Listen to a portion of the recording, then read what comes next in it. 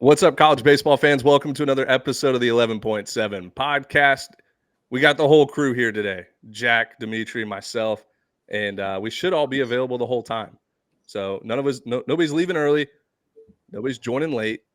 And Not fucking man, leaving. this is we are this is the last regular season week of college baseball. How crazy is that? May Crazy. Flew by. 15th. And it absolutely flew by. We learned a lot about these teams throughout the season. We still don't know a lot about these teams. There are still teams with mysteries in the air. So the schedule for the show here today, we'll recap the midweek. We'll talk about the Ole Miss, Southern Miss game from last night.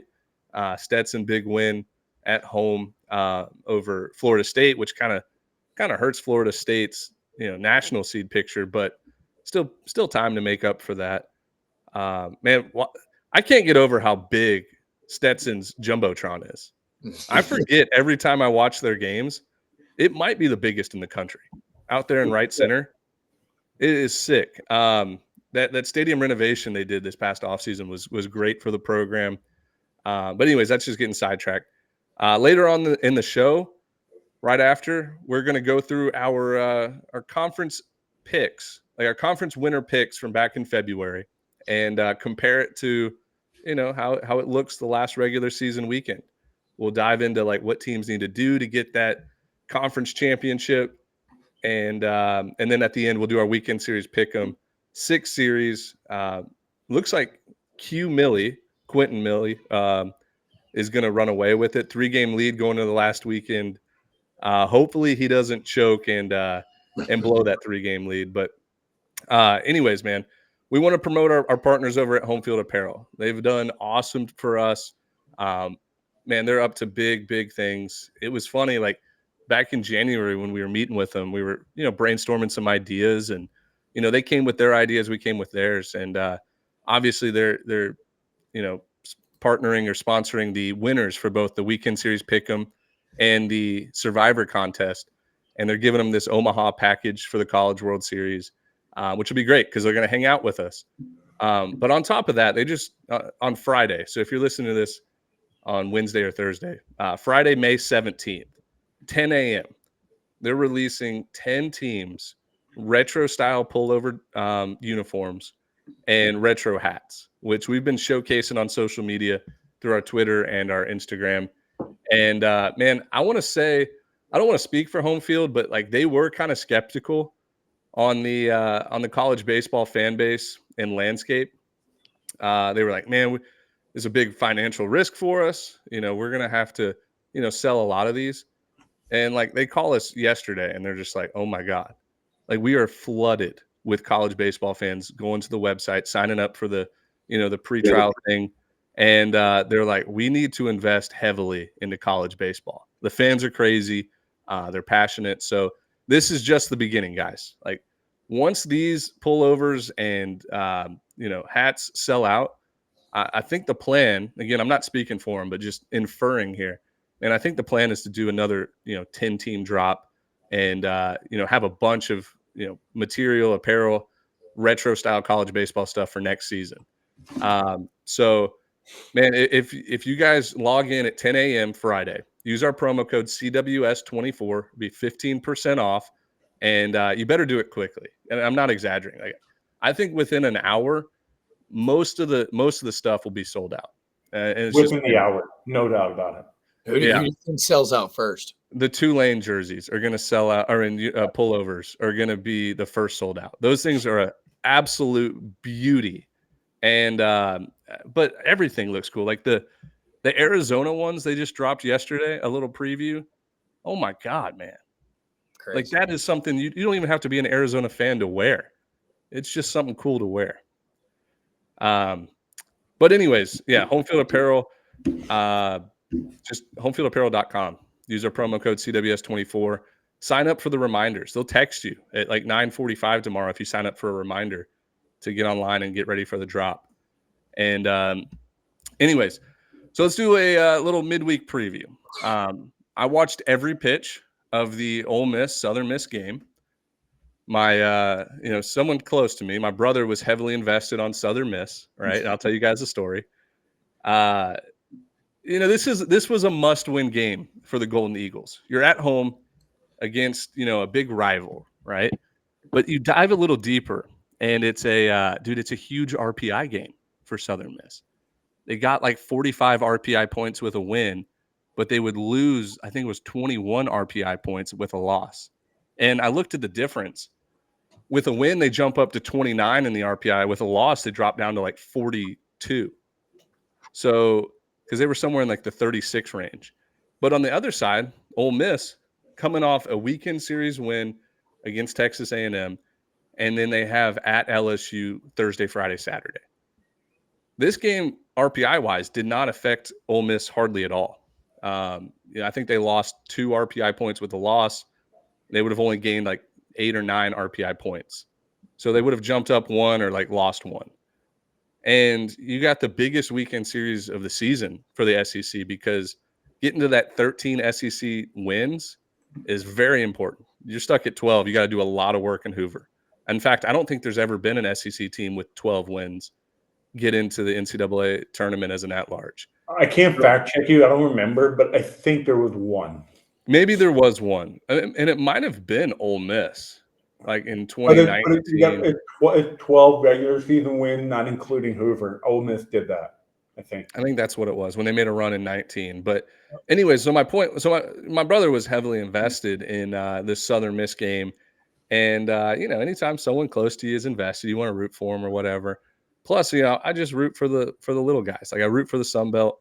Not saying the Sun Belt's a little guy, but these midweeks at home, sold out crowd, 5,800 people showed up. I like to see the home team win. And you could see very quickly when Southern Miss got momentum in like the 4th inning, Ole Miss kind of just did pitching change after pitching change after Saunier, shoved for the first 4 innings. Ole Miss was I'm not going to say checked out, but they were more focused on LSU, where they have to win that weekend series, which would, if Ole Miss does win the weekend series this weekend, it'll pretty much eliminate LSU from an at-large, candidate, and it would put Ole Miss in a very comfortable at-large situation. So that was just like one of those things that like deep college baseball people, they realize that. Ole Miss might be a more talented team than Southern Miss on a weekend. I don't know. They don't play each other Friday, Saturday, Sunday, but you would have to kind of like your chances as a Rebels fan.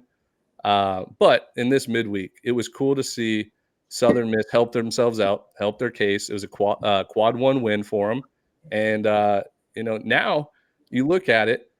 Southern Miss 29 in the RPI. They sweep this weekend. They win the Sun Belt tournament. Like maybe you are at like 2021 and give the committee, a decision to make whether you're going to host or not.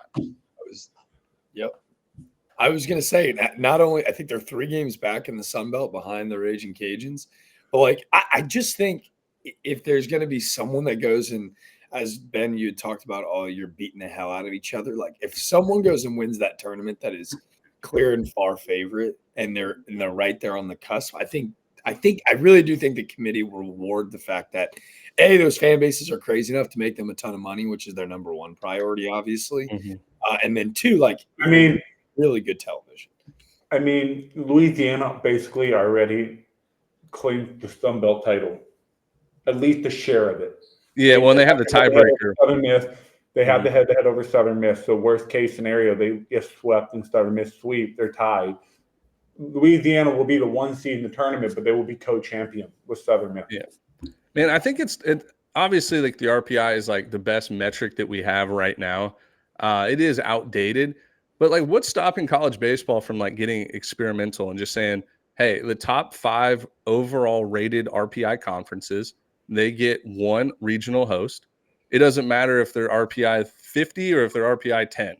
You know what I mean? Like, love that. And if they are RPI 50, they win the conference. Let's say they win the Sun Belt and regular season and tournament, and they're RPI 50. Put them as a 16 overall seed, and give them why do that and not reward the team that actually had a better season than them RPI wise? Well, I mean, do you want to see 14 regional hosts within south of the Mason-Dixon line and east of the Mississippi? Like they're all kind of bunched up over there in a regional. I mean, that's up to the West Coast. They want to step up or not. I know, but I'm just saying, like, it would be fun to follow if like Louisiana wins the Sun Belt this year and win the tournament, and like highest RPI team out of that league, the top 5 RPI league, then like they're celebrating hosting a regional. Like that would be way cooler. I'm not saying I don't like it. I'm just telling you it's just super unrealistic and not fair to the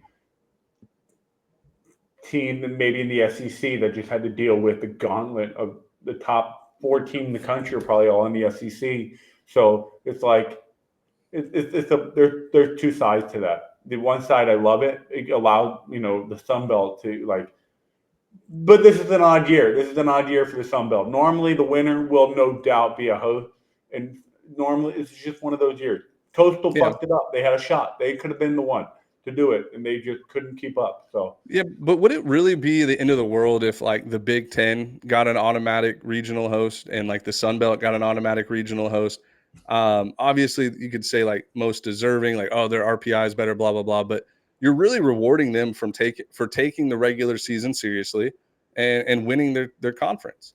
I mean, we're going to do it in the football. I think they do it regardless because of RPI. You're 1 weekend away from falling out of the at-large race. So I think the regular season already carries enough weight. You don't really need to add more to it. Okay, that's fair. I mean, I just think that there's just better ways to reward teams in lesser conferences, because right now something like 18 of the top 20 are either in the ACC or SEC, or not 18. I think it's like 16 of the top 20 are ACC or SEC. So you're rewarding teams below 500 in their own conference with a regional host. I just think it adds to the specialty and the rare occurrence when a mid-major host, like for example Georgia Southern, it makes it that much cooler. But if you're getting a host every year, it diminishes how awesome it is when one of these teams do host. Like Indiana State last year. Let's just say for some crazy reason, Indiana's the Missouri Valley, the top 5, top 6 RPI conference, and they get to host every year just because they're in that conference. That doesn't seem that cool to me.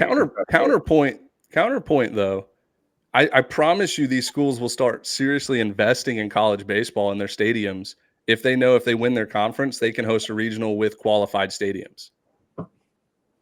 Maybe. Like, I mean, maybe. I'm not disagreeing with you. I'm just saying it's like the Big Ten getting an automatic host every year. You're going to have a year where the Big Ten is so down and their first place team ends up being Illinois and they get to host. And you're just like, brother, like Illinois shouldn't.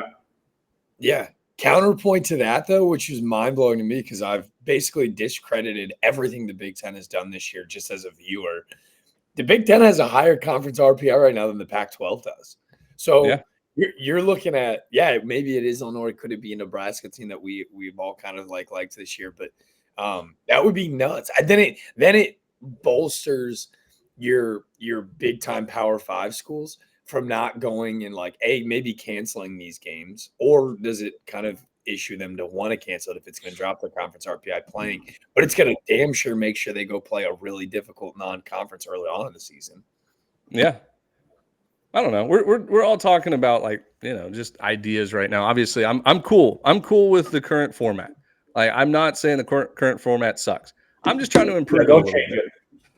Yeah, I mean, if there is a sport to experiment with, though, it is baseball, right? Like it's far from perfect. So let's try little things. But anyways, that was kind of the midweek recap. I mean, there really wasn't much. There were so many canceled games because of weather. It was, the committee comes out a few weeks ago and says, we're going to be keeping an eye out on teams that cancel RPI games and possibly punish them with seeding or whatever. They're not going to do anything. The committee doesn't care. They're not going to punish a team for canceling a game against an RPI 150. I promise you, they're coming out. Charleston really needed that game against Duke. Coastal Clemson was an important game. Coastal could have used it. It rained all day over here. UNC Wilmington could have used that game against Carolina. For sure. But dude, I mean, you can't battle with that. Was actual weather. There were some places that, in Cincinnati, there was a couple big midweek games in Cincinnati, but with Cincinnati and somebody and Xavier and somebody that they could have played later on that day. Turf fields. They tried to get the game in early. I think they both got canceled in like the 4th or 5th. But the reason why I bring up the cancellations, I still don't have a problem canceling for RPI purposes because, we know the formula, right? You get punished or rewarded based off of this RPI system. And you got to do what's right as a coaching staff or as an athletic department. And, at the end of the day, we talked about it last episode. The committee gets handed papers and highlighters and pens. They're not going to go investigate what happened on May 6th and was it actually raining that day or not? Dude, there's just no way to investigate that. I mean, yeah, I know, but it's still like, I don't know. It's just like when if you know, you know. Right. I will say, as like a personal opinion here, it kind of felt nice not having 150 midweek games this week. We kind of needed a breath of fresh air, like kind of carbo load, as Michael Scott would say, like carbo load before the big stretch, before the big finish and the big race. 0 games today on Wednesday, which is honestly kind of nice because Thursday, Friday, Saturday we got weekend series, and for most of the country, and we got to go full throttle there. And then we get in the conference tournament season, which is like one of my favorite seasons because everybody's playing for their lives. And, we got that starting on Tuesday, Wednesday, Thursday, Friday, Saturday, Sunday. Regional host announced next Sunday. Field of 64 announced next Monday. And then we get a couple days off. And then it's like, oh, my God, races started. 64 teams all fighting for one spot. Dude, I'll tell you guys one more thing that I've been diving into, just personally, individually diving into it. I see it, every college baseball media outlet, coming out with field of 64s and saying the bubble's weak. We're going to have to put LSU and, Florida in right now, blah, blah, blah. Dude, I think this bubble is going to get extremely tight because there are some at-large contending teams that could turn a 1-bid league into a 2. And I can see that in 5 or 6 conferences. So you take away 5 or 6 spots, it's going to get tight real quick, as it usually does. I was just going to tell you, people forget the stolen bids that come in. Yeah. The bubble is not weak and not anything. It's just not existing yet. It's not there yet. Wait until the teams start stealing bids. That bubble will be just fine. Your 3 or 4 teams that are fighting for their lives are going to be the only one fighting for it. Yeah, wait until Charlotte wins the wait until Charlotte wins the American. Wait until not Western. Let's just say Middle Tennessee State wins the Conference USA. Wait until some of these conference tournaments happen and you see stolen bid after stolen bid. You get 5 or 6 of those where the first place team is already comfortably in. If you're an SEC or ACC team, even Big 12, the Big 12 right now is a mess. There's 9 teams that are in the tournament right now. 2 or 3 of those will be out. See ya. Yep. So the bubble does not exist. And I agree with that, Dimitri. The bubble does not even exist yet. It's going to get real close. Yep. So it's going to be fun. Yeah. Anyways, so let's Dimitri, go ahead and pull up our conference winning. What do we call it? We call it conference regular season winning picks. Do you want me to pull up our original one or the one with changes? No, let's do the one with changes. The original one was kind of a blind taste test. We were just shooting from the hip before the season started. So anybody that's new listening to the show, we always do conference picks before the season starts. Who's going to win each conference, all 30. And then about 2 weeks into the season or 3 weeks into the season, we're able to make changes. And this is kind of the official picks after seeing the eyeball test, looking at teams, how they've been playing with their schedule. So we'll zoom in here. We're going to go one by one. All 30 conferences, who we picked and who's in position to win or if somebody has already clinched. So with the ACC, I had Wake Forest winning it all. Dimitri originally said Wake Forest switched to Florida State, and Jack originally had Wake Forest switch to Duke. I mean, nobody picked North Carolina, which looks like the clear-cut favorite to win the ACC regular season. Clemson was up there too. We all kind of picked slightly above 500 teams. So got that wrong. Nobody picked North Carolina. Nobody. Carolina. Carolina, easy win. Easy win. And then we move over to the American Conference. Now this one's close. So East Carolina is up 1 game on UTSA, but UTSA does have the tiebreaker. And if East Carolina wins 2 out of 3 this weekend and UTSA sweeps, I mean UTSA would be the champion, right? So UTSA just needs to find a way to tie. What? Yeah, UTSA just needs to find a way to tie. East Carolina, I know, has somebody really bad this weekend. I want to say it's UAB. No, not UAB. Who is it? They have Rice. They have Rice at home, and UTSA has somebody pretty tough on the road at FAU. Oh, we looked at this last week. It was tough. Yeah, we did. Okay, it reminds me. All right, yeah, we talked about this last episode. So, like, odds are East Carolina is going to win and be the 1 seed in this American tournament. But, yeah, I mean, we still can't say we're a winner yet. All right, the American East, we all 3 picked Binghamton. And the last I checked, they were in second to last place, I want to say. Yeah. It wasn't one of our finest. That's okay. Yeah. They're 5th place. Are we sure that B and let me just preface. We're sharing our screen right now. We appreciate everybody for subscribing to the YouTube. We're trying to become more of a YouTube show, but we know our roots are with the podcast. So if you're still a podcast listener, we still appreciate you. And but we've just kind of done more with sharing the screen and things like that. But are we sure that B is not Bryant? It could be. It could be the Bryant B. We all 3 picked Bryant with the Bryant B. The alternate logo B. No, we're messing with you. Yeah, Bryant has a pretty big lead here in the American East. In fact, I think they clinched already. Yeah, 4-game lead.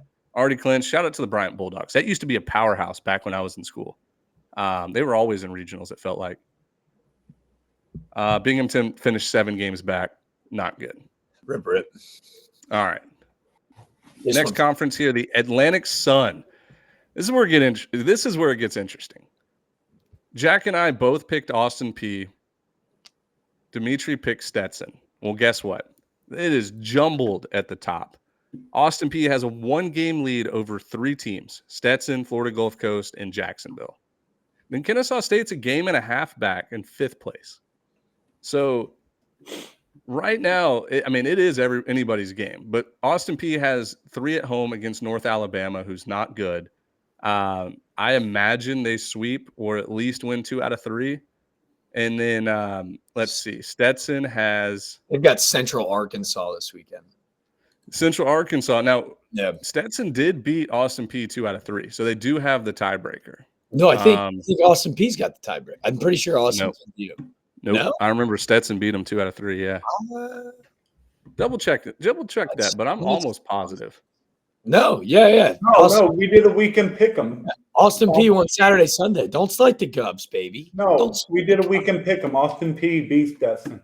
Yeah. Oh, they did. They lost on Friday and they beat them Saturday, Sunday. So the Gubs are good. We're in a good spot. Hey, hand up. I was wrong. My bad. Okay. No, you were right. You picked Austin Peay. So what does it matter? No, but I'm saying I thought Stetson had the head-to-head tiebreaker over Austin Peay. No. So yeah, Austin Peay is going to win that one. Yeah, looks pretty good for Austin Peay unless they just completely fumble the bag. Which that offense, you can't fumble the bag. They're putting up like 25 runs a game. Impossible. A10. This one looks good. Jack, you big swing and a miss on the George Mason Patriots. Oh. But Dimitri and myself, we have Dayton. St. Louis does have a 1.5 game lead over Dayton and VCU. But I mean, I think there's a good chance that Dayton sweeps this weekend. They would need a sweep, and they would need St. Louis to lose 2 out of 3. 2 out of 3. And St. Louis has UMass this weekend. So they're not losing 2 out of 3. It is at UMass, which is a tough place to play, but they're dumb.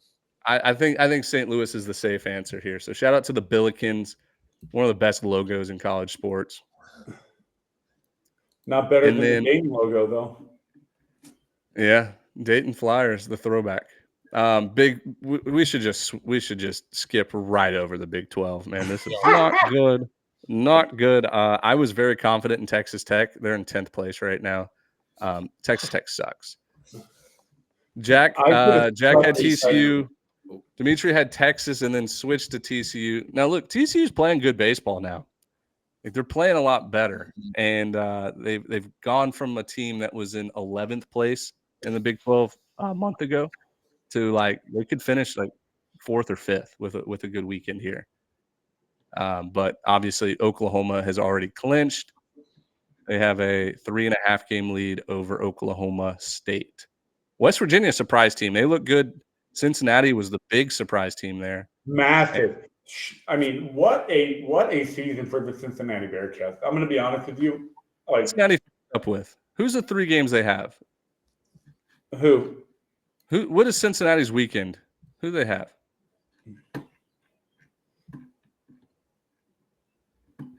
At home Oklahoma. with Oklahoma. Oh yeah, we talked about this too, because that would be kind of a statement win if you take 2 or 3 from Oklahoma, that their RPI is going to skyrocket, especially being on the road.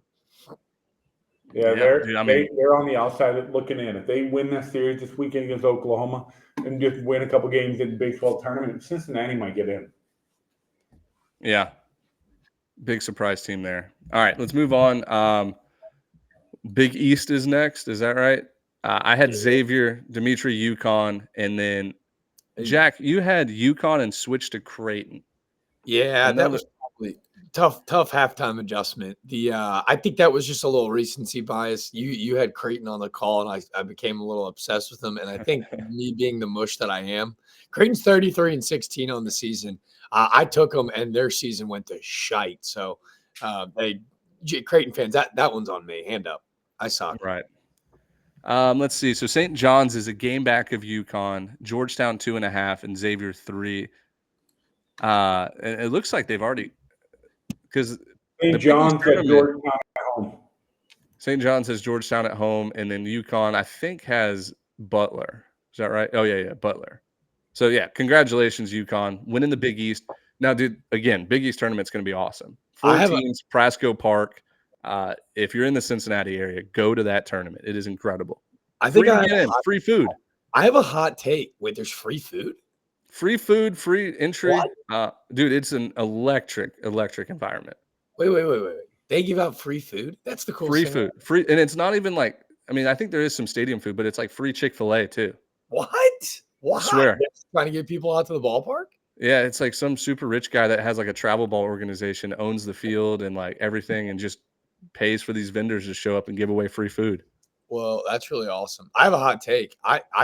Georgetown Hoyas, they beat BC last night in a boat race. Dylan Campione in the Cider Tire Pot. I think I'm kind of all in on the Georgetown bandwagon. You think so? Well, think so? Their coach, Edwin Thompson, I mean, he is like a legend of the game, like one of the most highly respected coaches in the country. He, I forget where he was at before Georgetown, but it was like a big move for Georgetown to get him and like invest in baseball. And he's done an awesome job. In fact, I think he was Team USA's coach one year in the summer. Awesome. I think he was like a Team USA head coach. I think you're right. Yeah, I mean, he's highly respected, and dude, he's turned that program around. UConn, during the whole COVID fiasco, they were thinking about shutting their baseball program down. Not shutting down. They were thinking about they wouldn't let them play, or they were shutting their season down, something along those lines. They were kind of and they won the battle, and they got what they wanted. So. Yeah, they were kind of like Ivy League. They were just gonna like shut down temporary during COVID, and then they weren't gonna let them play outside of like the Nova, Maryland district area. It was weird year. But I wanted to ask y'all too, is the Big East, that would be technically a bid stealer league too. I know Xavier's got like an RPI 26. UConn, who's like at the top of this conference, is like 44, kind of on the bubble. No, this is the one bid league. Is it? So Xavier's not even with the RPI though? Xavier, dude, you are crazy for saying this is a one bid league. To me, this brother. If Xavier doesn't win the tournament, they're not getting in. Yes, they are, dude. A 26 RPI. Let's see what they have. 26 RPI, non-conference 34, strength of schedule 13, 11-7 in conference play. Yeah, but you got to remember, so the Big East tournament's only 4 teams. Or non-conference. Nah, I take that back. I think they have a shot. Yeah. They just can't They're- fall into the 35. If they fall below 35, they're probably not getting in. Yeah, I mean, with Xavier, well, actually, just the Big East tournament. The reason why it's only 4 teams for a league of 8 that make the conference tournament is for RPI purposes. Yeah. And you're going to look at it, RPI 42, 56, which St. John's is going to go up a little bit because they're on the road against Georgetown. Georgetown's 75, but that's still going to be a quad 2 game because it's a neutral site. Like these neutral site games at Prasco Park are going to count for quad 1 and strength of schedule and things like that. So, dude, I'm not worried about this being a 1 bid league. I think this is a 2 bid league with, if like St. John's wins the tournament, possibly 3. That's what I'm saying. Let's just say, hypothetically speaking, Xavier wins the tournament. If Georgetown wins the tournament, if let's just say Georgetown wins the tournament, then it could be a 2 bid league. But if Xavier wins the tournament, there is a slight chance that it could be a 1 big unless UConn does well this weekend and then makes the championship game. There's still a scenario where it could be a 1 bid, but it's probably like 70-30 chance. Yeah, I was Yeah, to me, Xavier's a lock to get in when you look at like who they went and challenged themselves with in the out of conference. But like, I was curious, like if UConn has a poor showing in the Big East tournament, and like, have they done enough? Because to me, that's going to be a bubble team where if they don't win it, then 2 quad 1 wins. going to be measuring up teams like UConn to like an LSU in Florida and being like, hey, well, let's take care of our bottom line here a little bit. Like, have they done enough to not even be in that conversation? I'm not sure. I will say, like, they do have a history of making this tournament, and the committee does have biases towards like teams they're used to seeing making it. Yeah. And like they did challenge themselves. Like they went on the road for like the first 2 months of the season, played neutral site tournaments, played road series, and like Big time. I don't know. I mean, look at that schedule. Yeah, it's tough right there. Solid. I remember them traveling did that West Coast like. Anyways, move along. All right, Big South. Shout out to Jack picking High Point. Dimitri and myself both picked USC Upstate. It's a tight conference right now, man. You got High Point and Presbyterian tied. Upstate back half a game. It's going to come down to the final weekend. So who does High Point play this weekend? Is it Longwood? And I think it's at Farmville. No, at Gardner Webb. Someone's in Farmville though. It might be Upstate. PC's got Asheville, who's trying. Upstate's done. I forgot to bring that up. Upstate is done. So, Presbyterian and High Point need to go 1 and 2 this weekend. Upstate's got UNCG in a non-conference. They've got UNC Greensboro this weekend, which is out of conference. Yeah. And then Presbyterian's got UNC Asheville. So, yeah, it's going to come down to High Point Presbyterian, in my opinion. Yeah, one of those two is going to win 2 out of 3, which will clinch it. Man, I hope it's High Point. Hey, they've been good to the brand, man. They love 11.7. They love Pencil Talk. We went up there and visited the stadium, got the tour, got some interviews. Yeah. Do you know, Ben? I have Coach Hammond. We went and saw him. They were kind of scuffling a little bit. He was kind of down, but he was like, "Man, I've never had this much fun around a group of guys before," which I'm sure a lot of coaches say. You could really feel it. And then we believed it. We saw it firsthand. Yeah. Boys are stretching. Coach Hammond rolls out for a little warm-up and uses some like explicit language to fire up the boys. And the vibes were immaculate early in the morning. So I'm all in on the High Point Panthers. I've saved all of those videos. I'm going to drop them once they take care of business this weekend as kind of an homage to being all over the High Point train since day one. Yeah, and so the conference tournament's in High Point. It's at the pro field there, High Point Rockers Field. Awesome stadium. Really good conference tournament. No Campbell in it this year. No Coastal. No Liberty. So this is like anybody's game, right? Like, and if High Point wins it, I think this is their first. That'd be their first regional in a long time, like over a decade, which would be cool. I'll say this too, as a guy that's done like 13, 14 Charleston Southern games this year, they're vying for that Final and 4 spot. This is only a team that sends 4 teams to the Big South tournament as well. Charleston Southern has only lost 2 weekend series all year. It was to PC and to Upstate. They actually beat High Point the weekend before we went and saw the boys. But this is going to be a really weird tournament. Like, it's going to be just really, really weird. Yeah. Well, I didn't realize that they're only picking 4 teams this year. Yeah, it's different. They changed it the year after my senior year, actually, at Charter. I think they changed it in 20. Okay. Well, yeah, I mean, it'll be fun. Yep. All right, Big Ten. Me and Jack both picked Indiana, and then Dimitri picked Iowa. Hey, I want to say one thing about Iowa. I think they're gonna go on a run here. And I've been the biggest Iowa hater of all time. I'm starting to get comparisons to that 2019 Michigan team that was loaded with pitching. The offense was non-existent, but they come into the season. 2019 Michigan comes into the season preseason ranked in the 20s. Same thing with Iowa. They start the season ice cold, like not very good, and then they heat up, win the conference tournament, get in as like a 3 seed in the or maybe it might have been a 4 seed at Oregon State that year, and go on a run and almost win the College World Series. I'm just saying, I have a gut feeling Iowa's about to make a run. I'm going to pick Iowa to win the Big Ten tournament. Yeah. And I think the pitching's getting there, and I think the offense is kind of solidifying itself. So watch out for Iowa. And I've been an Iowa hater once again. I'm not trying to hype up a team that I preseason. I really would love to see, and I'm not saying Brody Brecht is your prototypical ace that you want to rely on, 7 innings, but could you imagine Iowa in a super regional somewhere against a powerhouse SEC ACC team and Brody Brecht rolls in there Friday night of super regional?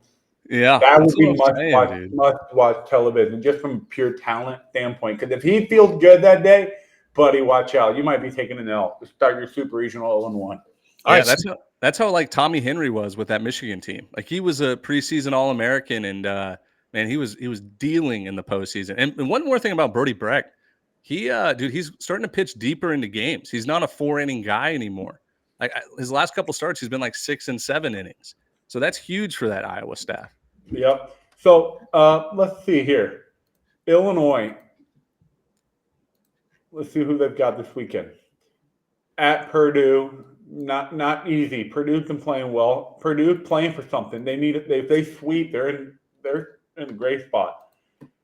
At Michigan State. So Nebraska's at Michigan State, Illinois at Purdue, Indiana. They've got Michigan. At Michigan. Yeah, so there you go. Illinois, Purdue, 1 versus 3, or tie for second. Nebraska's got Michigan State, Indiana, Michigan. So Big Ten's wide open still. Yeah, and that's going to be a fun conference tournament too.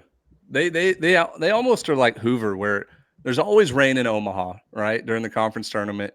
They're always playing at midnight, and they also play at 9 a.m. It's an all-day event in Omaha for the Big Ten tournament.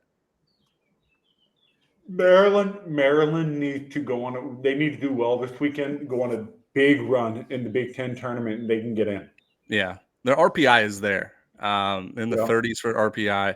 Conference play has been rough for them. Resume's not great. RPI in a good spot. They're one of those teams on the fence. You can fall either way in committee side. If the guy wakes up in a good mood or a bad mood. That's how Maryland is right now. All right, and then the Big West. Jack went with UC Santa Barbara. I originally went with Santa Barbara and then switched to Irvine, and then Dimitri's been with Irvine all year. Man, I think so. They still have 2 more weeks of regular season play because they don't play a conference tournament. But Irvine does have a pretty big league, 2 games, and I want to say they also have the tiebreaker. It was a rubber match. Irvine beat Santa Barbara, correct? Yeah. No. I thought Santa Barbara beat Irvine. No, Irvine beat Santa Barbara. Irvine won the rubber match. That was a weekend series pick 'em too. So 2-game lead. 2-game lead for Santa Barbara, but Irvine does have the tiebreaker. You got 2 weekend series left. Man, I don't think Santa Barbara is going to lose either one of these series. I don't know, man. They're at Northridge this weekend. Northridge has been kind of struggling though. Well, so whatever. Regardless, they're at Northridge this weekend. Irvine's got Fullerton and Northridge at home. Dude, I want to talk about a team in the Big West real fast. Maybe I did it last episode, but dude, I'm going to start a campaign that the Hawaii Rainbow Warriors deserve an at-large bid if they finish 21-9 in the Big West, because they have such a disadvantage when it comes to scheduling. They can't go play, an A&M or a Ole Miss or a Florida or anybody in the midweeks. Like I the RP. highlighted. I Look, I highlighted what know you needed they're to see. 3-11, 3-11 quadrant one, but that's two. They split with Ole Miss 2-2 to open the year. They lose 2 out of 3 to NC State, but one of the games goes to extra innings. And then they get swept by Irvine and Santa Barbara, who are two really good programs. But I'm just saying, like, they don't have any midweek games other than like Division II schools, so they can't boost that RPI. But if you look at the ELO rankings, which on the ELO tab, Hawaii is ranked like 34th in the ELO, which is, it was originated through like chess rankings, I believe, but it does usually get your chess ranking. yeah, and but it does usually give a pretty good perspective on like who are the teams that win the most games and like who win the most important games. So, dude, if Hawaii finishes 21-9, they have a very soft last 2 weeks, RPI at 67. Man, if you throw the RPI out of the window, I think they can be a bubble team. And dude, they've been just dominating teams lately, like winning 11-2 in the Big West, like every single game. They're playing really freaking good. But obviously, the NCAA, if it comes down to a bubble spot with Hawaii, it costs way too much money to fly those boys somewhere. So they will not be making the trip. It just sucks, man. My dream is before I die, I want to see a Hawaii regional. I want to see a regional in Hawaii. And man, that would just be a dream come true for me. Awesome stadium. But anyways, there's my Hawaii rant. The CAA, we all swung and missed here. I originally did pick UNCW, switched to Campbell after Campbell comes out of the gates red hot. And then Dimitri and Jack would pick Northeastern. But UNCW. You drank the damn Kool-Aid after 3 weeks. I know I did. I mean, I was forced to. They just kept winning big games. And I was like, dude, the Campbells are legit. You drank that Camel Kool-Aid, and they said, "Joke's on you." Had me in the first half. Not gonna lie. Yeah, but pull up the CAA standings because UNCW does have a lead over Charleston, but Charleston does have the tiebreaker. Man, they're for me both locks to make the tournament. They're two of the top 64 teams in the country easily. Northeastern, I think, is right there as well. But look, like Delaware, only a game back of Northeastern of third place. Delaware, great story. William and Mary has been kind of hot and cold all year. It's just crazy to see Campbell down there in the 8th spot, tied for 9 games back. They did lose a lot. They did lose a lot from last year's team. A lot of stars, but making that switch from the Big South to the CAA, probably not the best year to do it this year. It would have been great last year. Yeah. You're going to need a ton of help to get in this tournament. There's only 6 teams you're going to get in. But Charleston, who had that game against Towson rained out on Sunday 2 weeks ago, all of a sudden that's got huge implications. 1 and 2 get the bye in this tournament as 3 will play 6, 4 will play 5. So it's not like the end of the world. But if you can avoid a Northeastern or Delaware early, like if you're 1-2, and kind of prolong your life a little bit later, it gives you a great spot. But that's going to be a sick tournament. Isn't it funny how we're talking about avoided Delaware and stuff like that? Meanwhile, Campbell might miss the tournament. Welcome to the CAA, buddy. We're talking about Delaware. Like you don't get a Delaware in the Big South. Like your Charleston Southern, your High Points and stuff. Like I don't know what it is about the CAA, but these teams like William Mary, Stony Brook, Delaware, like they showed like this conference is deep besides your Big Four. Dude, even NCAA&T, I know they're not going to make the conference tournament, but they have some big wins this year. Yeah, they played really well this year. Like, and I know I was DMing with the coach, the head coach, and Coach Hall, and man, he said they're about to invest a ton of money into the stadium, into the facilities. Like NCAA&T wants to be in that Carolina region for good mid majors, which is awesome to hear. And they had some big wins this year. Obviously, I don't think the depth was there, but it was just fun. Like, Elon's one of those teams that has been really good in the CAA in recent years. They're having a down year. It's just one of the conferences I'm excited for. This is a conference where I set like being hands on with it, and doing as many college Charleston games I've done the last 2 years. Like it's such a deep conference that like I'm so glad you bring up A&T. They rake. They are They are on a baby scale, but I think on a more drastic level, like when we talked about the SEC being so fun this year because there's so many different identities, right? Like you've got your teams that rake, and you've got the teams that play small ball, and the teams that just hit bombs, teams that pitch and just play defense, like maybe like a William and Mary in this conference. North Carolina T sitting in the cellar of this conference, they have weekend series wins, not just one win, like weekend series wins over College of Charleston and Northeastern this year. Like It's nuts. and a weird ballpark. They absolutely hit bombs. Like this is a really good conference that I expect to see 3 teams get in. I think someone's going to get screwed over. But I mean, it's going to be a lot of fun, that tournament, man. Yep. Conference USA, we all picked Dallas Baptist. Look out, boys. Right now, it looks like La Tech's going to win this conference. Louisiana Tech has the tiebreaker over Dallas Baptist, and Dallas Baptist was at one point like 3.5 out. They ended up actually tying it. But with that sweep last week, Louisiana Tech over Western Kentucky, man, if they can just match what Dallas Baptist does this weekend, they're going to be regular season champions, having that one next to their name in the CUSA tournament. And for a team that we doubted a big part of the season, they played a soft, non-conference strength of schedule. They lose 2 out of 3.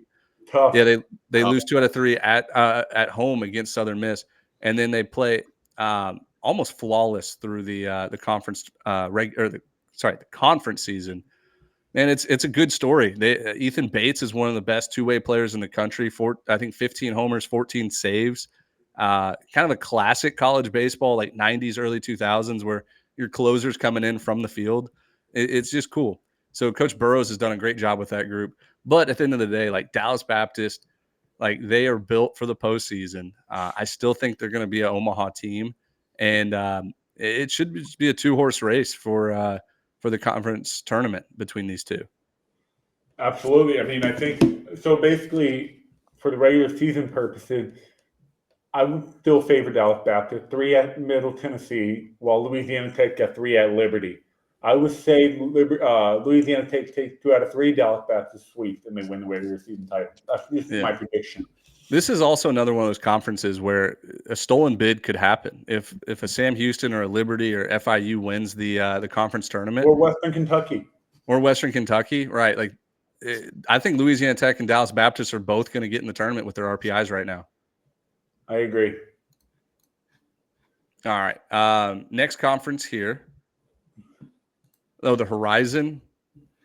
We all picked Wright State. And Wright State does have first place, at least the last I checked. Northern Kentucky, second place, still a good team. But everybody knows the Horizon runs through Wright State. They got a 2-game lead, 3 to play. I think we can crown them there. We can skip this one. Not much to talk about here. One bid league, Wright State should win it and punch their ticket in the tournament as well. Yeah. Ivy League has already concluded their regular season. I did win this one with Columbia. Columbia, the 1 seed. The tournament starts here in a couple days, maybe tomorrow. Ivy League tournament. It's going to be like Columbia, Penn, and Don't forget, Ivy League is a series as well, like the Patriot League. Yeah. Semifinal this weekend, championship series next weekend, just like all the other conferences. Yep. The Metro Atlantic Athletic Conference, the MAC. I picked Quinnipiac. Wait, time out. Ben, I love that you do the MAC. I started doing that a couple years ago, and you start doing it. It makes me so happy. Yeah, because you got the MAC, the Mid-American Conference, MACtion, and then the MAC, double A's. But I picked Quinnipiac, Dimitri, Ryder, Jack with the Mount St. Mary's pick. I forgot about that. Right there in the 4 spot, right in my honey hole. But Fairfield and Niagara played last week. They were both tied for first place. Fairfield wins 2 out of 3. They got a 1-game lead plus a tiebreaker. Ryder, another good season for them. They won a game. They beat Coastal last year in that regional first round, 4-1 upset. But yeah, I mean, this is just going to come down to the conference tournament. 1 bid league. Looks like Fairfield's hot right now, 9-1 in their last 10. And I mean, we've seen the Stags do damage in the postseason. What was that, 2022 or 2021? Fairfield 2021 when they started the season 34-0, went to Arkansas. Yeah, well, no, they went to Texas. They were like in the Texas, Arizona State, Fairfield. They were a 3 seed at Texas one year. Oh, that was the year. That was the year they had their unbelievable run with the Texas. Then they went the year after to Fairfield or to Arkansas. Right. Yeah, but the Stags, good baseball program up there. All right, we got the MAC. I originally picked Kent State and then switched to Ball State. Jack and Dimitri both stuck with their Kent State picks. Bowling Green locked this up, I think, last week or 2 weeks ago. 4-game lead. Great story for Bowling Green, a team that also almost shut down their program during COVID. Like, just no more baseball ever. And they fought for it. Donors donated, and they got their team. And look, they're going to probably make a regional here. Congratulations, Bowling Green. Missouri Valley was easy. I remember saying this on the pod when we made the picks. I was like, dude, Indiana State is going to run through this conference. And they really have. Evansville kind of gave them a fight towards the end. Illinois Chicago's in second place, tied with Evansville, but they're both four games back. This was never close. Sicko season. But I will say this. Possible to hear the stolen bid alert. Watch out. Yeah, dude. Indiana State doesn't win that tournament. That's 2-bid lead. The Missouri Valley tournament's always exciting too. And I say that, I think I've said it about every tournament. But there is some chaos there. Pro Ballpark last year, I think Missouri State went on a run, like won the last 8 games of the season and the conference tournament. And man, I think they have it at their home ballpark. So watch out, the Missouri Valley. Illinois State took Louisville. I think it was 2020. 2019. 2019 when they took Louisville to a game 3. Yeah, they also beat Indiana that year. Casey Dykes went nuts on that umpire. That was against one of those teams. That was an awesome regional. Yeah, Illinois State took Louisville to a winner-take-all game 7 in that regional. That was a super fun regional. Mm-hmm. Mountain West. I don't see, who did I originally pick? There's a big X over the logo. Oh, Fresno. Oh God, I switched off Fresno. Yeah. I went to UNLV. Jack switched from somebody to Fresno, and then Dimitri San Jose State. Airport. So I had this one highlighted before we started the pod today. So Fresno's actually got Arizona this week, or excuse me, Fresno State's actually got Air Force this weekend. They're a game up on Air Force. So the winner of that series will win the Mountain West, depending on what New Mexico does. But right now, Air Force a game behind, if they sweep, they're in for sure, and they'll win the damn thing. But even winning the series and then get some help from New Mexico, and I'm fully anticipating my mush status to make that happen as I've switched off Air Force halfway through. But yeah, Fresno State was one of those teams we were super high on, Dimitri. Like when we were making our original mid-major power rankings preseason, and they returned a ton of guys from last year. They got a JUCO guy, I think, that has contributed a lot. And I mean, they're not going to – I don't think they could win a regional, but I think they can be highly competitive in one. They don't have the depth for it, but yeah, the Mountain West, good conference, good baseball conference. Yeah, I mean, preseason it came down to San Jose State and Fresno State for us. So yeah, Fresno was obviously the right pick. Northeast Conference. Yeah. Me and Dimitri both picked Wagner, and then Jack with his Long Island Sharks. He loves the Sharks. Pick them. Sacred Heart has a 1-game lead over Long Island. Wagner 2 back. We didn't miss too bad here. I didn't consider Sacred Heart even 1 second when making this. Didn't think they would be good this year. Good for them. You ready? You ready for this call? I've got Long Island. They're a game back. Everyone laughed at me when I took the Sharks. The Sharks are going to need some help. They've got Coppin State this week. They're going to go sweep. But Maryland Eastern Shore is going to get their first win of the year against Sacred Heart, and my Long Island Sharks are going to win the damn conference. Heard it here first. That would be sick. That would be Dimitri, I'll give you $5 if you know Sacred Heart's mascot. Oh my God, dude! I've seen it a million times. Sacred Heart, Sacred Heart, Sacred Heart. They are the Sacred Heart. Starts with a P. Dude, I have P as in Paul. I have a guy that's a massive fan of the brand, Mason. St. Peter, Peacock, Saint Boys, Sacred Heart, Pioneers. Yeah. Pioneers. Ooh. Well done. Jack, what were you saying about the player that's I got a boy, the voice of Charleston Southern. His name is Mason Collins. He is every single Division I school and about half of D2 schools. He can name every single mascot to every single school.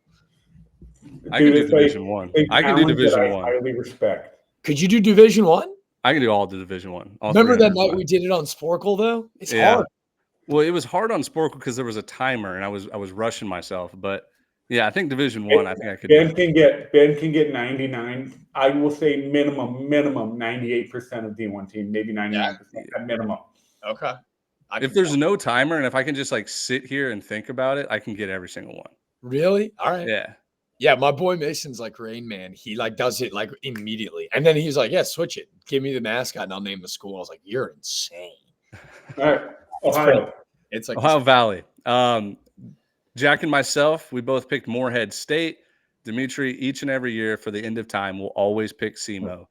even if SEMO joins the Missouri Valley, he will pick SEMO to win the OVC. I ride with SEMO. Hey, if you hadn't heard, SEMO, Southeast Missouri State University Red Hawk. Pull up the standings there, because I know they're all bunched up at the top. I believe Little Rock has Little Rock first place by a game over SEMO, 2 games over Morehead, and the Trojans are at Tennessee Tech.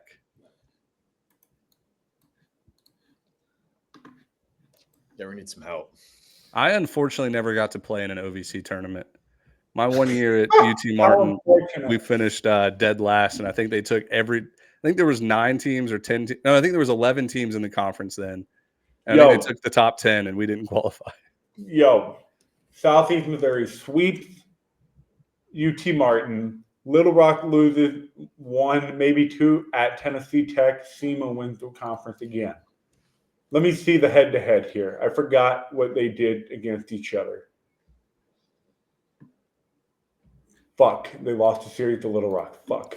So they need a sweep, and they need a Little Rock 2 out of 3 series loss to win the regular season. Come on, SEMO! All I know is Morehead State's winning that tournament. Offense plays.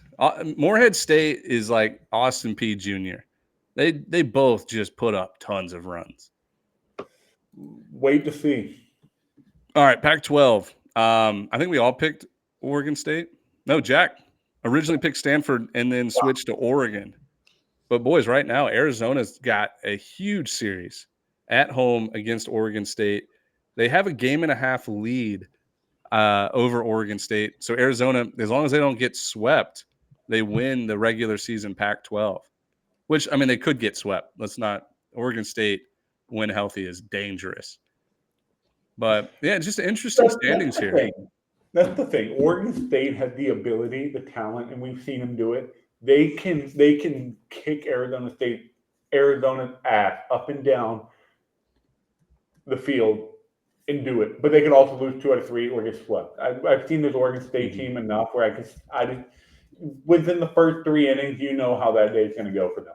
That's the kind of team I get the vibes off of. You want to know, like, the Pac-12 to me is very, very confusing. They're like they're similar to like that one friend in the friend group that you have to like constantly start like hyping up to like give him the confidence. Like, he's a good dude and like he does well on his own, but when he's in the group, it's like, hey, like, take a shot or like go, like let's play whatever. The Pac-12 to me is interesting because Oregon State, right? Like everybody's like, oh, they're the best team in the conference. Dude, they've played 3 quadrant 1 games all year. They're 1-2 in quad 1 games. And Arizona 2-7 in quad 1 games. So those are your top 2 teams in the conference. And it's like, we got to, like, as a college baseball community, we got to keep hyping these guys up because we want a West Coast host and we want, the West Coast to be involved. But like right now, like on paper, the committee might look at Oregon State and say like, they don't deserve to host. No. Well, especially, I mean, we're going to find out a lot about them. They're going to go on the road to Arizona this weekend, and then they got to go like take care of business. You win the series. I think being a 1.5 pack, someone help me with the math. You get 2 wins, you're in, right? Or do they be half a game out? Yeah, they need to. Oregon State has to sweep to win the regular season. Sweep. Math's hard, but yeah, 2 wins, and it really helps the RPI to a point where it almost makes them a bona fide host going on the road to a top 15 team. But I don't know. Yeah. Go Army, be Navy. So the Patriot League regular season, Army already won. So me and Dimitri won that. They played the final. So it's a 3-game series finals for the Patriot League. Army had to win a doubleheader Monday against Bucknell just to make the finals. And they did once again for like the third straight year. They lose game 1 of the semifinals, come back, win a doubleheader. And Jack picked Bucknell. Good season, finished 4th place, almost upset Army in the semifinals of the Patriot League. But yeah, we get an Army-Navy matchup, 3-game series for a regional berth. That is going to be must-watch TV. Awesome. Yep. SEC, we won't harp on it again, but we got a ton of hate from everybody, every SEC fan, every college baseball fan for not picking LSU, not picking Florida, number 1 and number 2 in the country at the time. But I picked Texas A&M. Dimitri picked Arkansas. Jack picked Tennessee. And boys, I think we still all 3 are wrong, because if Kentucky takes care of business this weekend, they should be the regular season champs. Now, Tennessee's close, 1 game back, but Tennessee has the tiebreaker. So Kentucky plays Vanderbilt this weekend. Yep. And Tennessee plays at South Carolina at home. Like maybe Tennessee does win the SEC regular season. I mean, Arkansas's got A&M. Oh yeah, I forgot about that. At A&M. Yeah, it's one of our pick'ems. Yep. I mean, it's a huge weekend for Vandy, though, right? Like, they've got a ton to play for going to Kentucky. I don't know. Dude, Vanderbilt has a ton to play for. If they get swept, they're not making the tournament, dude. Yep. 12 and 18. So we'll see what they're all about. Corbin's gonna have the boys ready to go. We've been saying that all year, though. Miss the tournament. Corbin don't miss the tournament now, boys. Corbin don't miss the tournament, but can I bring up a hot button? And I don't know if he was just sending this out there to like kick out some feelers, but y'all see Kendall Rogers tweet about like, hey, there's gonna be a crazy coaching carousel this offseason and a lot of big names that will surprise you. Jack, look, I'll be honest with you. Corbin's not going anywhere. He will retire at that place. Dude, he built that place. What if he's done? What if he's like, I just want to be done? I talked to him earlier this year. I'm going to go work out. Oh, well, no, I'm saying like if he retires, then yeah, sure. Vanderbilt would never replace him. No, that wasn't me. No, that wasn't me anticipating him getting fired. Okay. No, I'm just saying. Yeah. Only way Corbin done is if he retires. Yeah, we're going to build him a statue for God's sakes. I'm just saying, what if he's like, I'm done? Like I want to be done. Like, can't you see? Like, think about college football. Saban's out. Like these legendary coaches that don't want to deal with this new wave of like the landscape that it is. Maybe he's one of them. That's like, yeah, I don't want to deal with this anymore. Yeah, it's a big possibility. Yeah, that was the first name that came to my mind. There were several names that came to mind early. Anyways, yeah, we don't want to speculate though. Stay focused. Lo siento. All 3 of us big swing and a miss on the SoCon. I originally picked VMI. Then Mercer goes to Oklahoma State and plays awesome baseball. I remember I was like, dude, Mercer's going to win the SoCon. They're in second to last place behind Jack's pick, the Citadel, who is 1-18 or something right now, 1-17 in conference play. They have 1 conference win. It's not my best pick. I'm not. Dimitri has Samford, but they did lose 2 out of 3 to UNCG. UNCG does not have conference this weekend, so they finished 15-6. So Samford would have to this weekend to win the conference. I think that the SoCon, whoever wins the tournament, will win a regional. That's my hot take this year. Oh, you're saying SoCon goes to a super? I think a SoCon team ends up in a super this year. Ain't no chance. Dude, we can clip this all you want. There ain't no chance, Jack. Yes. Ain't no damn chance. If there was one time a SoCon team would have made a super, it would have been last year's Samford team that was loaded. They win game 1 over Southern Miss, and then also Auburn loses to Penn. So Samford had a 3 versus 4 matchup in that winner's bracket game. If Samford wins that, they probably win that regional. But like last year's Samford team was deadly. They were so good, and they couldn't get to a super. Ben, I'm going to have to cut you off here. Jack, say it again. The Southern Conference team that wins the SoCon championship will have it. They will win a regional. They will advance to a super. We've got 7 or 8 mid-major teams that are going to advance to a super this year. We got 2 going to go to Omaha. I got one coming out of the SoCon, and I got one coming out of the. Your time's up, buddy. Business, son. Look, you won't find a bigger SoCon fan than myself. I've seen the back end bullpens. I've seen the number 3 and 4 starters on these teams. They're giving up 20 runs in a regional. I feel good. All right. Southland Conference. All 3 of us swing and a miss again. Yeah. Well, actually, no. I mean, Lamar, we did consider Lamar. I remember us talking about them. Nicholls State wins a big series at Lamar, only a game back. They have the tiebreaker. But, yeah, Houston Christian dead last. I had Incarnate Word, who's 6th place. And then Dimitri, who'd you pick? McNeese? 4th place. Like, Lamar's been good. They've been kind of tailing down the stretch, though. I made this comparison maybe about a month ago on the pod, but this Lamar team reminds me so much of the 2017 Mercer Bears. They get a big road weekend sweep over a top 15 team, Oklahoma. We swept East Carolina on the road. We were 35-7 at one point, and we finished 39-14, and we miss a regional. So we were the 2017 Mercer team was RPI 21 and going into the month of May. And then we just folded and went 4-10 to finish the year. So I think Lamar might be similar to that. Mm-hmm. Nicholls State's been playing good. But anyways, we all swung and missed there. No Southland winner. The Fun Belt, another swing and a miss. Nobody picked the Raging Cajuns. We all picked Troy to start the year. We were in on the Troy hype. I switched to Southern Miss. Dimitri switched to Coastal. Jack stuck with Troy. And the Raging Cajuns, they have clinched the 1 seed already with a week to go. Yeah, I just want to remind people why we made these switches. Troy was dog shit the first 2-3 weeks of the year.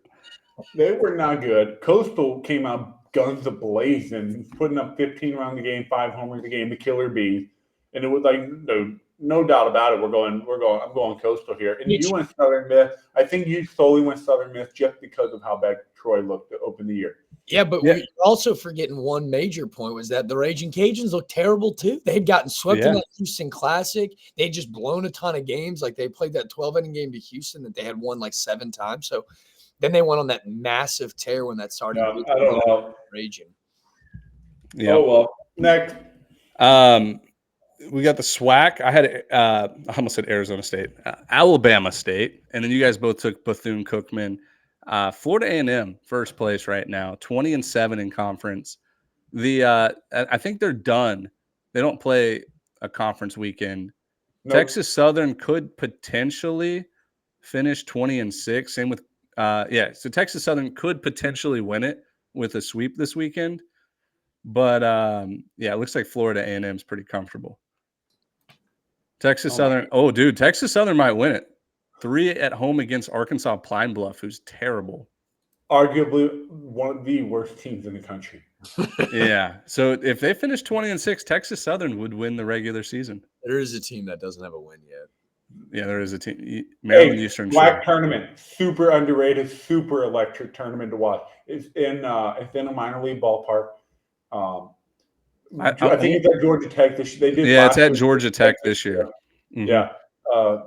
Don't sleep on Tallahassee's team, Florida A&M. Yep. All right. Next conference here, I believe, is the Summit, right? Yeah, it's Dunzo. This was a no-brainer. Absolutely. Everybody just said Oral Roberts. I will say Oral Roberts is playing pretty good now. Like they find the young guys in the lineup are starting to contribute, but they're 3 games back. St. Thomas in first place by a game. North Dakota State second place. Omaha game and a half out in third place. St. Thomas can't go to the tournament. So, hey, would you be surprised if Oral Roberts wins the tournament and punches their ticket yet again? Not one bit. Not one fucking bit. In fact, I want to go on record and say Oral Roberts will win the tournament. Now, what happens? So does St. Thomas not even get an invite to the conference tournament? Or is it one of those where if they win the conference tournament, it goes to who they played in the championship? No, but why would you invite a team that's ineligible for the They do it all the time in basketball. I don't know. I don't like that. I don't like if you're not eligible for postseason, you should not be in the postseason conference championship tournament or whatever. But hey, It's like going to the poker table. You put 50 down on black. It doesn't hit. You're like, fuck it. 50 on black again. This is me with Oral Roberts right now. We didn't win the regular season. They're going to win the tournament. They'll win the tournament. Good for you. When I put 50 down on black and I lose, I usually put 100 down. This is one of my – hey, this next one coming up, Ben, before you read it out, is one of my most proud picks. Yeah. I mean, so this is the West Coast Conference. Let's see. I originally picked Loyola Marymount. I switched to Portland. Jack had Pepperdine, and then Dimitri, since day one of the 2024 podcast back in January, has been big on the San Diego Toreros team. And I've talked him out of putting him in the mid-major top 25 several times. Look now, they're like in the 20s in the RPI. Really, really good team. And they I think they already won the conference, right? Over Gonzaga. They clinched. Thumbs up. Because I remember seeing social media posts that they won the regular season. Like they had a plane ride. Won yet. No, dude, they posted on social media. Yeah, because they have 20 wins. The next highest is 16. Oh, yeah. Wait, 24. Yep. Yeah, it's over. It's over. It's over because they had.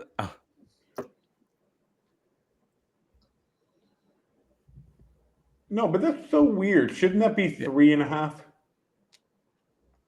I don't know, dude. They Seriously. clinched. That should be 4 games, 1 loss. That should be 3.5, not 2.5. Again, I don't know. I'm not going to crunch the numbers. numbers. Think about it. St. Mary had to go win 4 in a row, 20-5, to beat. It's 3.5. That's not. It right. might have to do with win percentage, though. Well, it's over. It doesn't matter. It's over. They only have 3 games left. I know. Yeah. Anyways, World's best coffee. What's the next conference? Oh, it's the last conference, the WAC. I had Utah Valley. I switched to Cal Baptist. Dimitri went with Abilene Christian, and then Jack has the hottest team in America, not named Hawaii. The best. Grand Canyon. I think they've already won the conference, if I'm not mistaken. Yep. It's over. Yeah, but Utah Valley finishes second, Cal Baptist third. I was right up there. Abilene Christian tied for third. So we were up there. We had the right idea. Yeah. Good. Very, very Pretty good easy pick conference across the to board. predict, though. Like, you knew who the top 4 teams in that conference were. But anyways, that's a little recap of our conference winners, and we didn't do very good at all. Bad, in fact. But it just shows like how hard it is to predict college baseball. So when you see preseason top 25s, when you see like any kind of prediction, it's like, dude, this game changes every single year. Just estimating. Injuries you have to account for, It's guys impossible. that develop like crazy and get better. So it's an impossible game, but it's addicting and it's fun. But anyways, we'll finish up here the episode. Weekend series pick 'em, 6 weekend series. Dimitri, will you pull that up there and we'll go through each series. We want to give a shout out. So Q Millie has a 3-game lead over Nick Lavagetta and Cola B-Ball. The winner, as long as Q Millie doesn't choke down the stretch, the winner gets the prize package to Omaha and funded by Home Field Apparel. We just want to say we appreciate everybody for playing. 133 people played. It was bigger than last year, and we plan on continuing to do this every single year. But with all that said, North Carolina at Duke, Wake Forest at NC State, Ole Miss at LSU, Oregon State at Auburn, West Virginia at TCU, Arkansas at Texas A&M. Jack has been the best, leader in the clubhouse pretty much all year. What are you, 50-32? Actually, I had the lead for a while. Then Jack and me were neck and neck, and now Jack passed me. It was a 5-1 weekend last weekend for the boys. And I've changed my strategy. And then now that we've reached the last weekend, it's been pretty evident. I've just been riding the home guys, man. The home guys, fade the public a little bit. Fade myself, really, what I internally think. It's been a really nice second half stretch for me.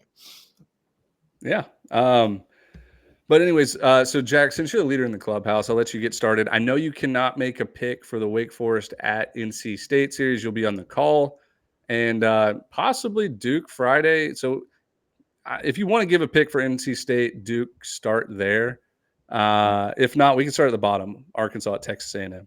Yeah, let's go start from the bottom. Now we're here. Jack will be fine. He ain't going to get in trouble for the Duke North Carolina game. He'll be fine. Yeah, Duke, I'll make a pick. NC State, I'll hold off. I'll give you my insight. I will. But yeah, start from the bottom, man. I think it all comes down to this for A&M, right? Like a little bit of a rough series. So difficult to play on the road in the SEC. Arkansas coming in at guns a-blazing. This is going to be such a fun matchup because we're looking at maybe the best offense in the country with borderline 3 to 4 All-Americans in that offense versus maybe one of the best pitching staffs of all time. Push comes to shove, who wins? Give me the home team. I'll take the A&M Aggies. I think Graham Grahovich is one of the craziest freshmen, and we're going to look down the line in a couple of years, and I think he has a college. Charlie Condon this year, whether it be next year or his junior season, like they're that good. So I'll take the Ags, dude. Give me the pitching. Right. Give me the Hog. Give me them on the road. I like Arkansas to go in. A&M had faltered the last 2 weekends. It'll make it 3 straight weekends. A&M loses the series. I like that. Yeah, A&M is kind of faltering down the stretch. Now, they have played well at home all year. Like one of the best home teams in the country. And you guys have put me – I was really hoping to go second, so I didn't have to split this vote.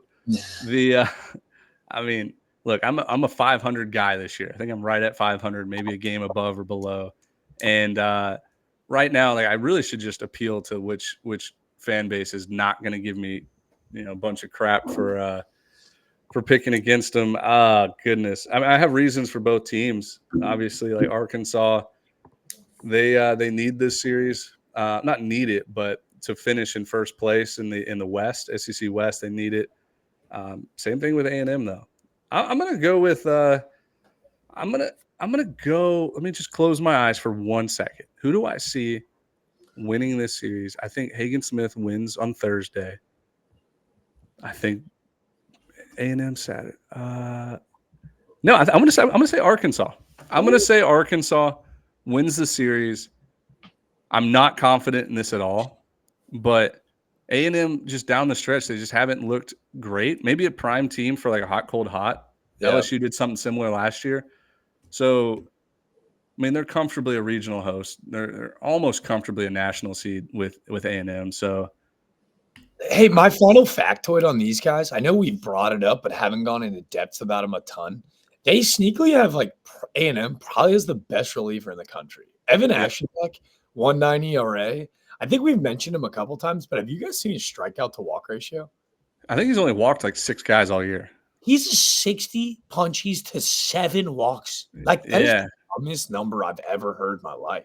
He's crazy. He's one of those guys in Omaha that like will like become a folklore legend. Like that he'll become a household name because he'll throw in every single game and he'll be nasty. Mm-hmm. Yeah, built for the postseason for sure. Dude, who was the guy for Cal State Fullerton maybe 8 years ago? Eshelman. Thomas Eshelman was like 120 strikeouts to 2 walks. So stupid. Yeah, he was the best. Anyway, so West Virginia at TCU. I'm going TCU at home. I want to jump in and just say TCU at home. This is a must-win series. They can put them ahead. Like they can finish 15-14 in conference play, which would be huge for them. You get Peyton Tolley on Thursday coming at you. Thoughts and prayers to him and his family. His mother passed last week. Sad stuff. But he comes out with a big way and shows why he's the Friday guy. So I'm gonna take TCU at home here. West Virginia, I think, comfortably already in the tournament. They haven't played great on the road.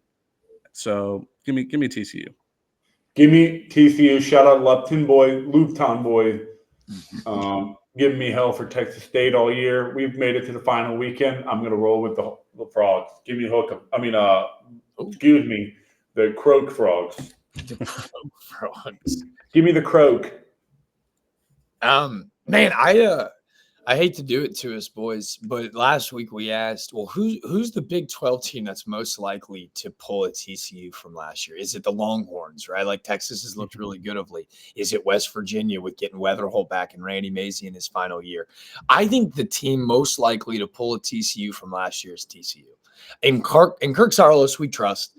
You turn your pain into purpose. TCU is feeling like frisky. They're feeling like they can make another run. A lot of the same pieces. Carson Bowen, their backstop, and Silva, their shortstop. Young guys that struggled throughout the year that are starting to heat up. Give me TCU. I can't believe we just clean swept them. So I feel like we just condemned them. Wait a minute. So I'm about to switch my pick here because, Jack, you and I talked about this last week. I know. It was West Virginia that we said could make the run that Oklahoma did and TCU. And you just reminded me of that. Like, I'm switching to give me West Virginia.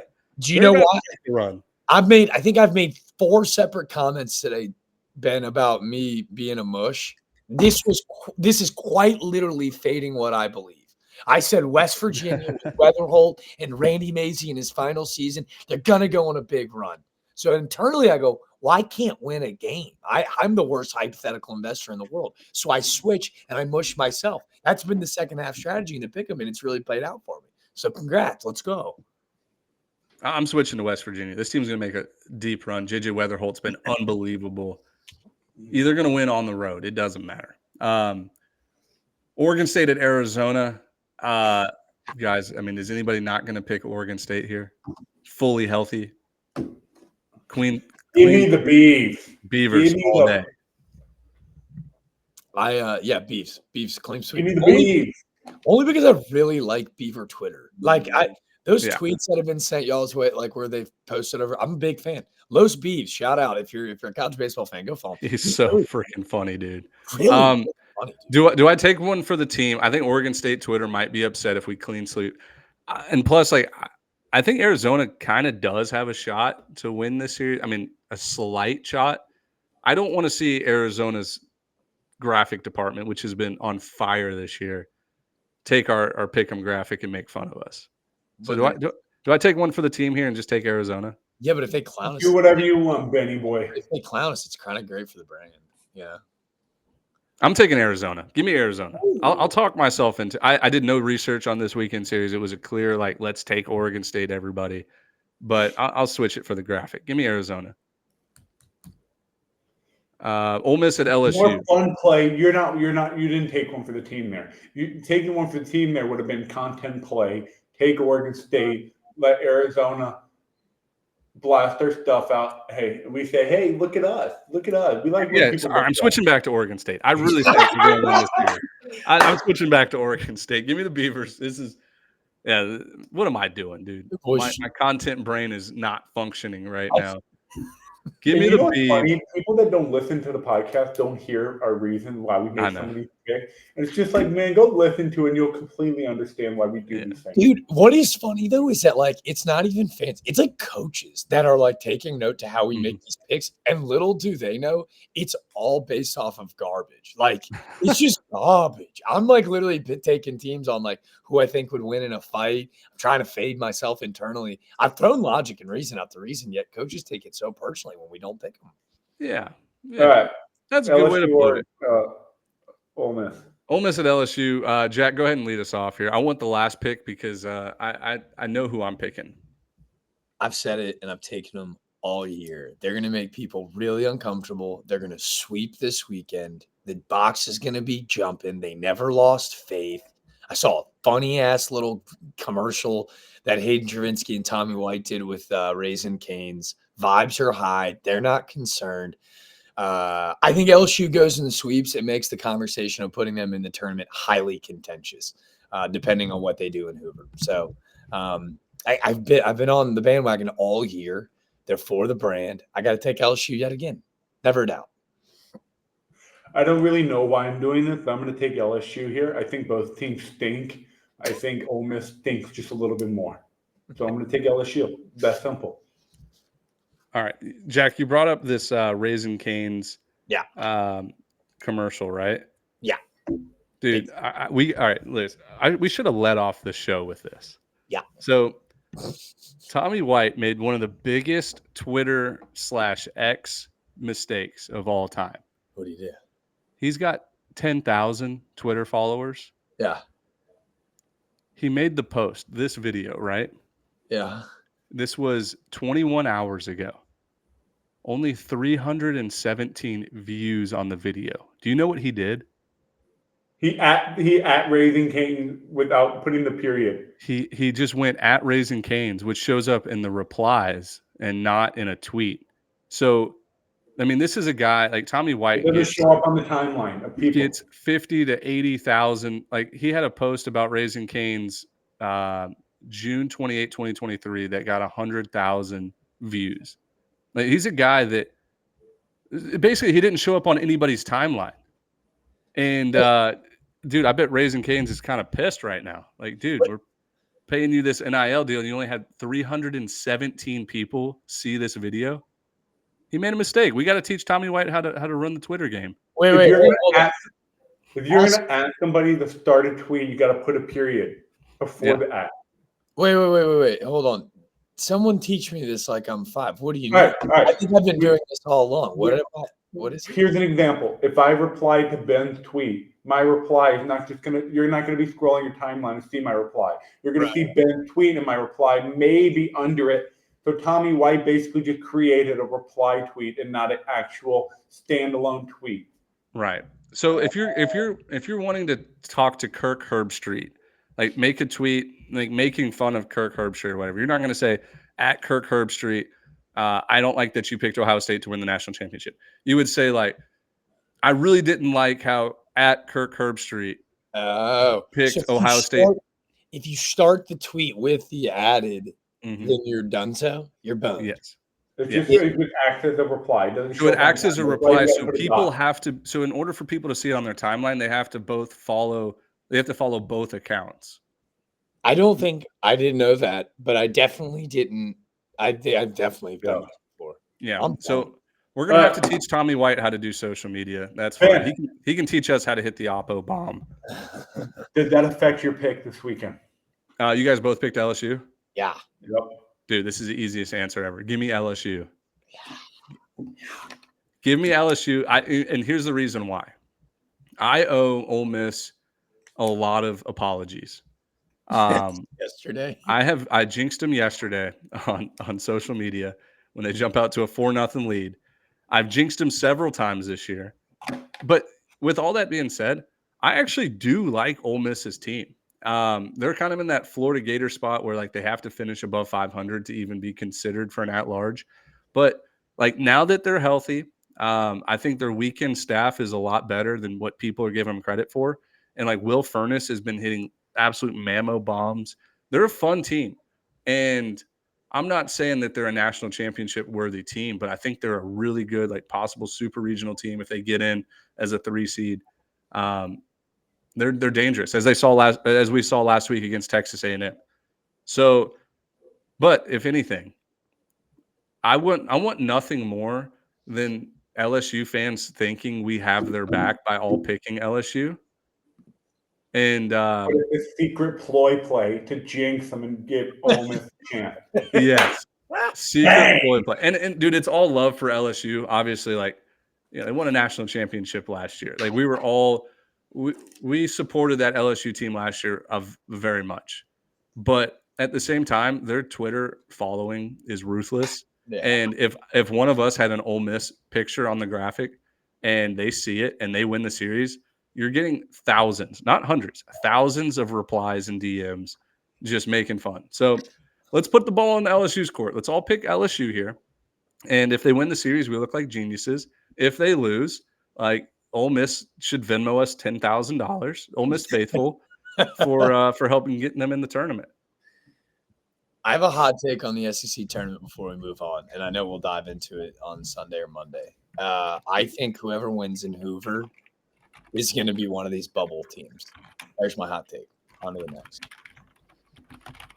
So everybody can hear Dimitri typing right now on the pod. Can I read the private message you just sent to me and Jack? I don't care. Of course you can. Dimitri said, I have to poop. Let's hurry. Thanks for your concern. I feel that, dude. All right, two series left, and we'll wrap it up. Wake Forest and NC State. Give me NC State. They've been battle-tested all weekend series. They have 5 of the biggest weekend series wins in the ACC this year. They suck in the midweek. That's okay. They win weekend series. Sam Heifel is going to go out and out-duel Chase Burns. Somebody clipped that. Beautiful. Sam Highfield, big game pitcher. We saw him in 2021 lead that Wolfpack team to the College World Series. He's back. He's fresh. Give me NC State winning this series. Wake Forest has been up and down on the weekends. So down weekend. Jack, you're not allowed to make a pick before me because here's the reason why. Give me the Wolfpack. Give me NC State. No doubt about it at home. Now, Jack, are you going to sweep the board here? No, he can't make a pick. So I'm not gonna make a pick. I'm gonna be on the broadcast, ACC Network. Tune in. I'll be on the call Thursday and Saturday. They're going linear and going with the cool guys on That's Friday. right. I forgot. Sam Highfield is the mayor. Chase Burns is maybe the best pitcher in the country. When you look at this series as a whole, like getting to talk with Coach Walter later today, like I'm really curious his perspective on when I talked to him last versus when I'll talk to him today. Like right before I did the broadcast against Coastal, like he was like, man, I'm so happy. You can feel it. Like, I'm so happy we're not number one anymore. Now they're creeping back up into people's like national host seat conversations. And obviously they were dynamic and electric last year, but it took some time for this team to find their identity. I'm so stoked to see them this weekend because they're going to be a completely polar opposite team than when I saw them last. And then to Ben's point, man, the committee despises NC State. They really do. But they just keep going out and beating top 10 ACC teams week in and week out. So I think this is going to be the most electrifying matchup all weekend. I'm a little bit biased, but dang, this is going to be stoked as hell. Big stoke in the trial. Buddy, I love your insights. I love all your stuff, but I got things they got to take care of. And You got to poop. Let's go. You are not concerned about my well-being right now. Let's poop. Duke, North Carolina, Tobacco Road rivalry. Give me UNC. No, give me Duke. I didn't do any research on this because this is a coin toss.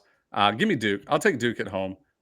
No, actually, I take it back. Give me North Carolina. Santucci's out this week. He's out 1 to 2 weeks, which might actually be good for him. Get a little extra rest. Give me North Carolina. They've been the best team all year in the ACC. Buddy. Stop switching. You're making me wait. Making me wait. Oh my God! Making me waste ink in my pen. Wouldn't have to worry about that ink. Wouldn't have to worry about that ink. It costs more money, and I don't have the kind of money to keep wasting ink on your stupid picks. So North Carolina Tar Heels, my pick. North Carolina for me too. Carolina Blue beat Duke. This isn't Cameron Indoor. This is some podunk park that Duke played at and needs to upgrade fairly soon. Wow. Don't say that. Carolina Tar Heels. First off, you wouldn't have to worry about ink if your good friend would allow you to hook him up with some freaking pencils. That's the first thing. Second, pack the jack, Dimitri. Pack the jack. Duke's baseball field, yes, needs Jack Coon Field needs to be upgraded. It's why Pollard came back. He got the renovations approved. They're going to start this summer. Duke wins the series. Pops will be on the ground on Friday to go see some ball. Give me Duke. And when they win the series, they're going to get to host a regional at that podunk little town. They're going to win the regional. The Duke Blue Devils, who are who they thought they were. Get rid of those damn pens, son. Podunk Stadium, Podunk Stand, Jack Coon Field stinks. This isn't Cameron Indoor. Give me Carolina. You guys are awesome. I appreciate Jack and Dimitri for that. That was fun. Anyways, we'll be back Sunday, maybe Monday, but probably Sunday to preview conference tournaments. It's going to be a big episode. And Thursday, Friday, Saturday this week for college baseball. Y'all watch a bunch. Win your investments. Stay tuned. Home field Friday, 10 a.m. Eastern. Get your merch. Bang. Let's do it.